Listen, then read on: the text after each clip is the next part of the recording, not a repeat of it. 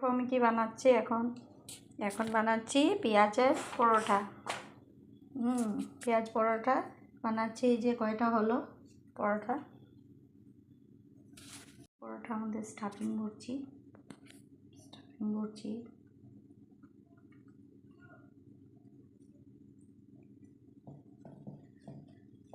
পেঁয়াজ কচুরির মতো টেস্টটা লাগে, একটু হিং দিতে লাগে, পেঁয়াজ, তারপরে একটু মরিচ, তার সাথে একটু রসুন আর 4-5 চামচ বেসন দিয়ে স্টাফিংটা বানাবে, দেখবে খুব টেস্টি হয় পেঁয়াজ পরোটাটা। আমি এখন এটা দিয়ে দিয়েছি তাওয়ায়, একটু ঘি দিলাম, ঘি দিয়ে আমুল ঘি দিয়েছি, আমুল ঘি দিয়ে এটাকে পাল্টি করে দেব।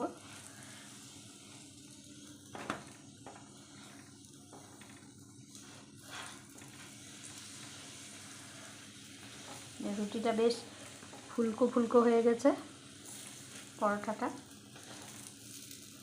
এই যে আমার পরোটা রেডি, ফাইনালি হয়ে গেল আমার পেঁয়াজের রুটি, চিকেন আর সাথে মিক্সড আচার আছে।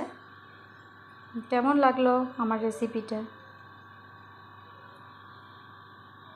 যদি ভালো লেগে থাকে তো এই রেসিপিটা তো আমাকে কমেন্টের মাধ্যমে জানাবে। আর অ্যাকচুয়ালি আজকে যে আমি কন্টেন্ট মনিটাইজেশন পেয়েছি সেই ক্রেডিট আমার নয়, সেই ক্রেডিট তোমাদের। তোমরা যদি ভিউ না করতে, তোমরা যদি লাইক না করতে, কমেন্ট না দিতে, তো তোমরা যদি আমাকে এনকারেজ না করতে, তো আমি এইটুকু আসতে পারতাম না, কখনোই না। তো আমি অশেষ ধন্যবাদ তোমাদের সব বন্ধু বান্ধবী, সবাই, আত্মীয় স্বজন সবাইকে, যে আমাকে এই সাকসেসটা পাওয়ার মধ্যে হেল্প করার জন্য।